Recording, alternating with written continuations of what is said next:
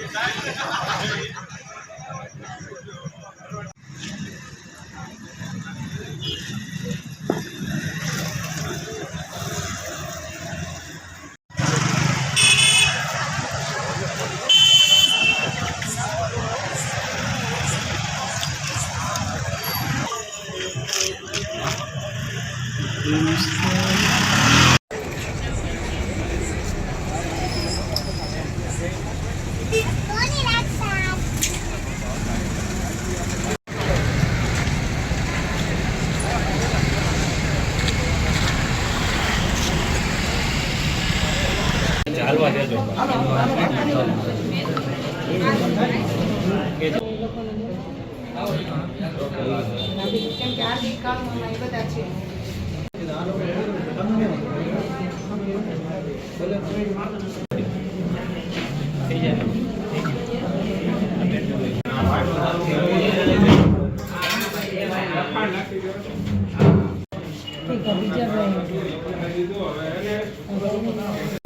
અમે લોકો ચાલતા હતા, 4 વ્હીલર પાછળથી ઉડાડી